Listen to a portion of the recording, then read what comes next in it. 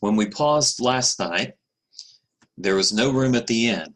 And I know that many of us probably have an idea in our heads of, Embassy Suites or Holiday Inn or something like that. But really, they didn't have the Hotel Bethlehem turning Mary and Joseph away.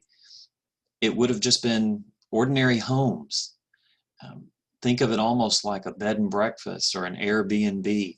And so Mary and Joseph arrive, and so have all of these other people, remember, who are going because of that edict from Caesar Augustus. And so they've all converged there, and probably people were renting out every available piece of space in their homes. They probably had folks sleeping on the roof, which would be usually a flat roof, and set up almost like a patio or a deck, as we would think of it.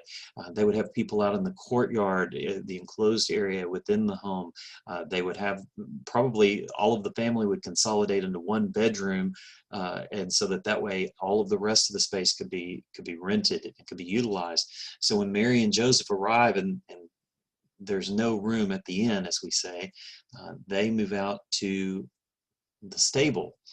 But again, more than likely, because of the geography, the terrain of that area, and unfortunately because of what we sometimes get in our minds from Christmas decorations and Christmas cards and Hollywood's portrayal of the events of Christmas, don't think of a red barn, or don't think of even a tool shed. Think more of probably a cave built into or a cave that's part of the hillside, and then they've kind of built around it or built into it stalls. And so Mary and Joseph are there, but that place is a place where God's presence is felt. But it's not the only place, because his angelic messengers have now gone out to deliver a birth announcement to a group of people who probably weren't even worthy to be counted in the census. They're shepherds out working out in the field, supervising the lambs.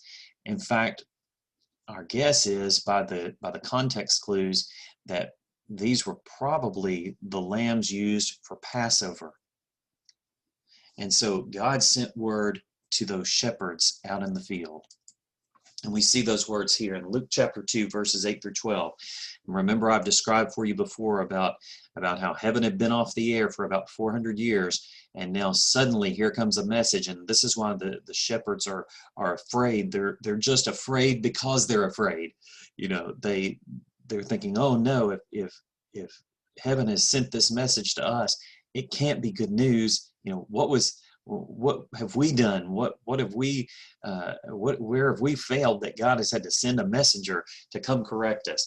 But notice what the actual announcement is. It says, "And there were shepherds living out in the fields nearby, keeping watch over their flocks at night. An angel of the Lord appeared to them, and the glory of the Lord shone around them, and they were terrified. But the angel said to them, 'Do not be afraid. I bring you good news that will cause a great joy for all the people. Today, in the town of David, a Savior has been born to you. He is the Messiah, the Lord. This will be a sign to you. You will find a baby wrapped in cloths and lying in a manger.'"